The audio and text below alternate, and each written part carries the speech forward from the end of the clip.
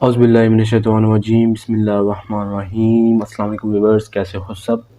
तो आज की अपनी इस वीडियो के अंदर हम लोग स्टार्ट करने वाले हैं नया course CS506 web design and development. ठीक है, तो इसके अंदर हमारे पास जो लैंग्वेज यूज़ होगी वो हमारे पास जावा होगी।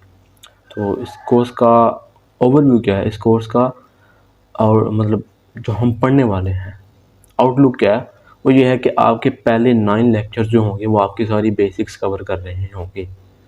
इफ एल्स क्या होता है, कंडीशंस क्या होते हैं, फंक्शंस क्या होते हैं। ठीक है, उसके अलावा हम ऑब्जेक्ट ओरिएंटेड प्रोग्रामिंग को पढ़ रहे होंगे, हम यहाँ पे कलेक्शंस को पढ़ रहे होंगे।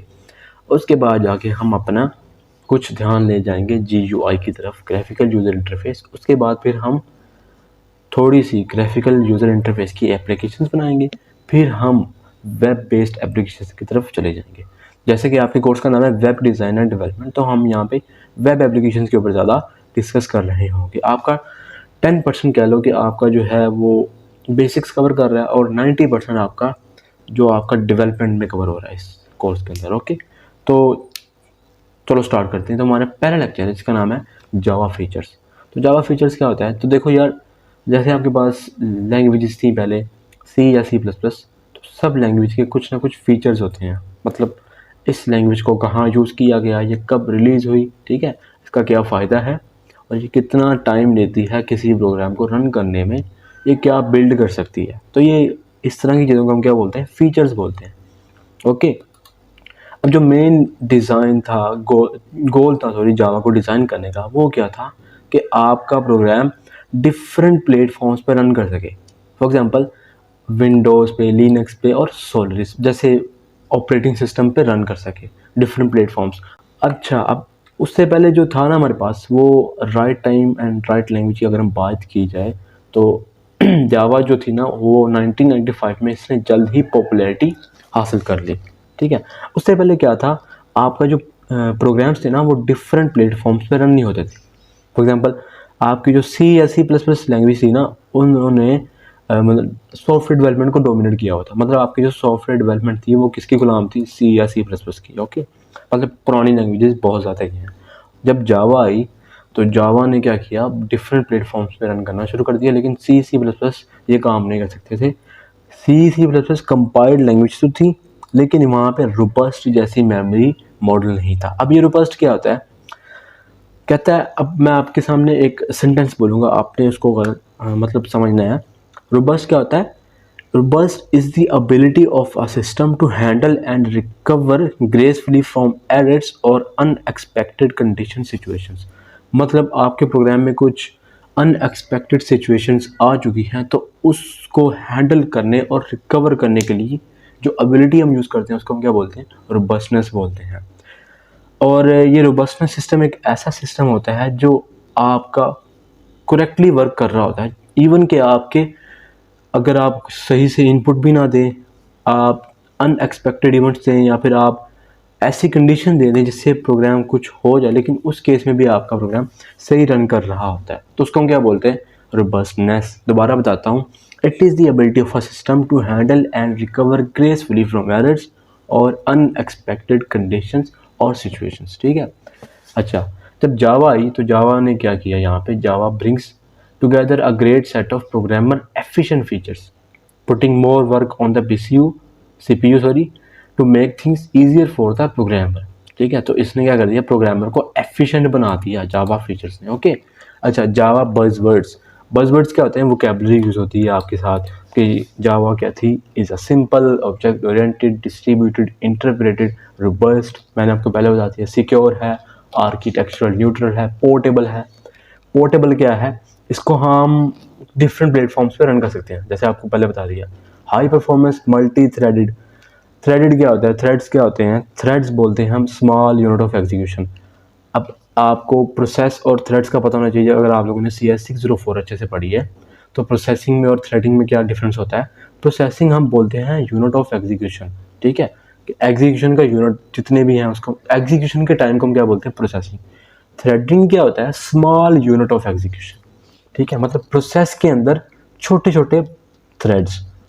आपको आगे पढ़ाऊंगा मल्टी थ्रेडिंग, इसका अलग चैप्टर वो हम पढ़ लेंगे इंशाल्लाह। डायनामिक लैंग्वेज है, ठीक है, मतलब डायनामिकली टाइप लैंग्वेज है। Here are some original Java words. वो क्या है हमारे पास, देखो Java language plus features, language plus libraries. अब जावा के दो पार्ट्स हैं, एक है हमारे पास core language.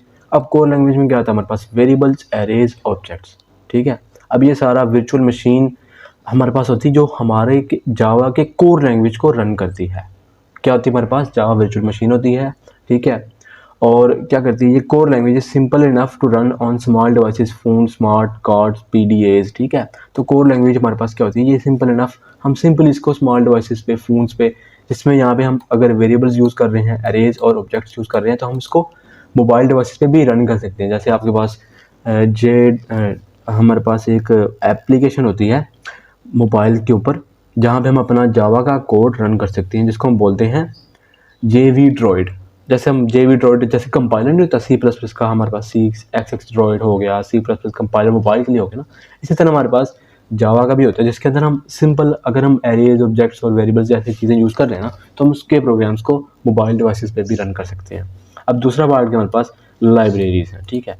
Java includes a large collection of standard library classes to provide off the shelf code, ठीक है। मतलब ऑफ द शेल्फ कोड क्या है कि आपको इतनी मेहनत नहीं करनी पड़ती, आपको बना बनाया कोड मिल जाता है, बना बनाया डेटा स्ट्रक्चर मिल जाता है, ठीक है।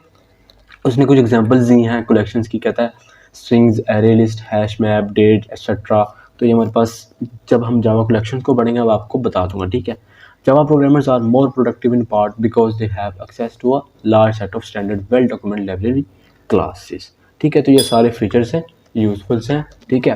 उसके बाद कहता है सिंपल है, बहुत ज़्यादा सिंपल है, कोर लैंग्वेज है देन सी प्लस प्लस। इसमें क्या चीज़ें नहीं है, इसमें ऑपरेटर ओवरलोडिंग नहीं है, कॉन्ग्रेचुलेशंस, इसमें नो पॉइंटर्स, कॉन्ग्रेचुलेशंस भाई, इसमें नो मल्टीपल इनहेरिटेंस, ठीक है। ये तीन चीज़ें जो सी प्लस प्लस ने हमारे दिमाग खा खा के हमें, मतलब हमारा दिमाग पका दिया था, तो ये यहाँ पे नहीं है। हमारी काम, मतलब हमारी ज़िंदगी आसान होने वाली है, okay. The way Java program deals with memory is much simpler than C और सी प्लस प्लस। लो जी, इसके अंदर हमारे पास डायनेमिक मेमोरी एलोकेशन का काम भी ख़त्म हुआ। मतलब हम वहाँ पे न्यू और डिलीट कीवर्ड को यूज़ करते थे ना, यहाँ पे वो भी करना नहीं पड़ेगा। ये क्या है, ऑब्जेक्ट ओरिएंटेड प्रोग्रामिंग है, जैसे हमारे पास सी प्लस प्लस है।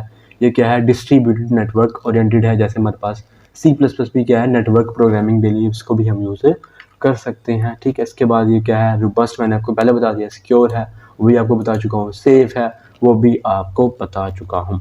यहाँ पे कुछ एक सिंपल सा बताना मैंने यहाँ पे, you will generally never write a code that fails the verifier since your compiler smart enough to only generate correct code. इसमें ये होता है, ठीक है।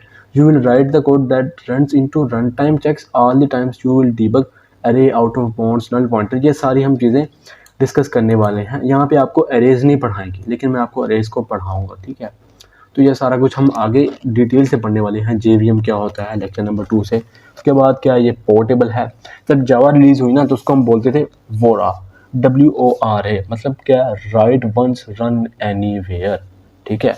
जावा क्या है, एग्जीक्यूटेबल है। हम इसको, इसका जो कोड है वो एक दफ़ा लिखते हैं, इसको हम कहीं पे भी रन कर सकते हैं। उसके बाद क्या कहता है, जावा is executable, can work without change और एनी अनएबल्ड प्लेटफॉर्म, ठीक है।